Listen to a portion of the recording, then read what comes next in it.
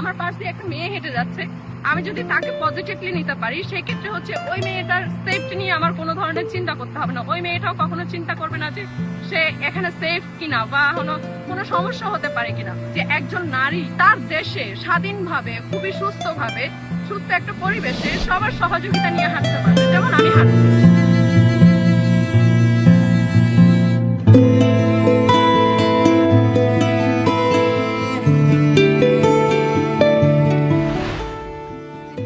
আমি তাহরা সুলতানা রেখা পড়াশোনা করেছি চট্টগ্রাম সরকারি মহিলা কলেজ থেকে। আমি অনার্স শেষ করেছি। আমার বাবার নাম রশিদ আহমদ। আমাদের গ্রামের বাড়ি পড়েছে বাঁশখালীর গন্ডামারা ইউনিয়নে।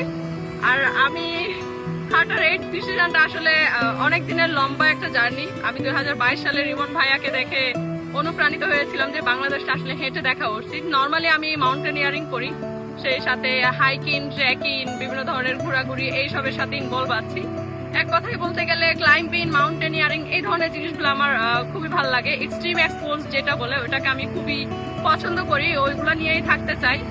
আর আমার এই হাঁটার যাত্রাটা আমি শুরু করেছি টেকনাফের শাহাপরীর দ্বীপ যে জিরো পয়েন্ট আছে ওখান থেকে হচ্ছে নয়াপাড়া হচ্ছে একটা জিরো পয়েন্টের আছে, যেখানে হচ্ছে বিজিবি ক্যাম্পাসে, ওই দিক দিয়ে হচ্ছে আমি ঢুকে দেন হচ্ছে একদম মেরিন ড্রাইভ ধরে এখন আছি একদম কক্সবাজার সদরের খুব কাছাকাছি।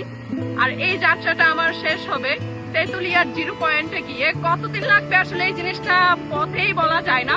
যেমন আমার বেসিক প্ল্যান ছিল 20 থেকে 22 দিন। আমার মনে হচ্ছে কোনো কারণে ওইটা 25 দিনেও যেতে পারে, আবার কোনো কারণে সেটা 20 দিনেও হতে পারে। ওইটা নিয়ে আসলে কনফার্মেশন কিছু আসলে বলা যায় না ওভাবে যে আমি এতদিনেই শেষ করব, কারণ আমি ওভাবে ফিক্সড কোনো উদ্দেশ্য নিয়ে বের হই নাই। কারণ আমি যাচ্ছি, মানুষের সাথে কথা বলছি, আমার কোনো একটা জায়গা ভালো লাগতেছে, ওখানে আমি বসতেছি। এখন আমি আমার পুরো দেশটাকে হেঁটে এক্সপ্লোর করতে চাচ্ছি। আর আমার পরবর্তী প্রজন্ম বা আমার প্রজন্ম এই মুহূর্তে আমাকে কেন্দ্র করে আমার বাংলাদেশে যারা আছে, আমি সকলের কাছে একটাই মেসেজ দিতে চাই, সেটা হচ্ছে promote positivity and work for healthy life. এটা কেন?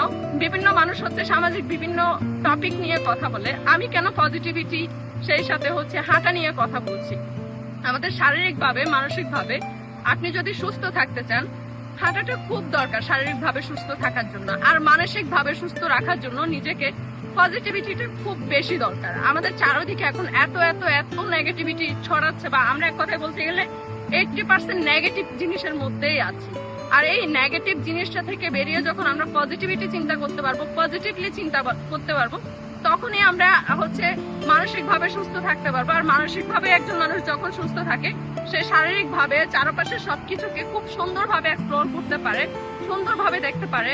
একজন মানুষ হিসেবে আমি মনে করি মানুষের সবচেয়ে বেশি দরকার হচ্ছে পজিটিভ চিন্তা ভাবনা। আমার পাশ দিয়ে একটা মেয়ে হেঁটে যাচ্ছে, আমি যদি তাকে পজিটিভলি নিতে পারি, সেক্ষেত্রে হচ্ছে ওই মেয়েটার সেফটি নিয়ে আমার কোনো ধরনের চিন্তা করতে হবে না। ওই মেয়েটাও কখনো চিন্তা করবে না যে সে এখানে সেফ কিনা বা কোনো সমস্যা হতে পারে কিনা। তো এই জিনিসটার জন্যই আমি হচ্ছে হাঁটছি, যে একজন নারী তার দেশে স্বাধীনভাবে, খুবই সুস্থভাবে, সুস্থ একটা পরিবেশে সবার সহযোগিতা নিয়ে হাঁটতে পারবে, যেমন আমি হাঁটছি। এর আগে একজন আপু হেঁটেছিলেন তার হাজবেন্ডের সাথে। আমি বলতে গেলে আমার এই হাঁটাটা ফুললি সলো হচ্ছে, আমি ডিসিশন নিয়েছি আমি একাই হাঁটবো। কিন্তু যেটা হয়েছে, আমি হাঁটতে গিয়ে আমার পুরো বাংলাদেশের এত এত মানুষকে আমার সাথে পাচ্ছি, যেটা আমার কাছে মনে হয়েছে আমার যে বার্তা promote positivity, work for healthy life, এই জিনিসটাকে আমি খুব ভালোভাবে হচ্ছে ছড়াতে পারছি। সো আশা করি আপনারাও হচ্ছে পজিটিভ চিন্তা ভাবনা, সেই সাথে হাঁটবেন, শরীরকে সুস্থ রাখবেন, মনকে সুস্থ রাখবেন, আশেপাশের পরিবেশ সবাইকে সুস্থ রাখবেন। সো এই ছিল আমার যাত্রা।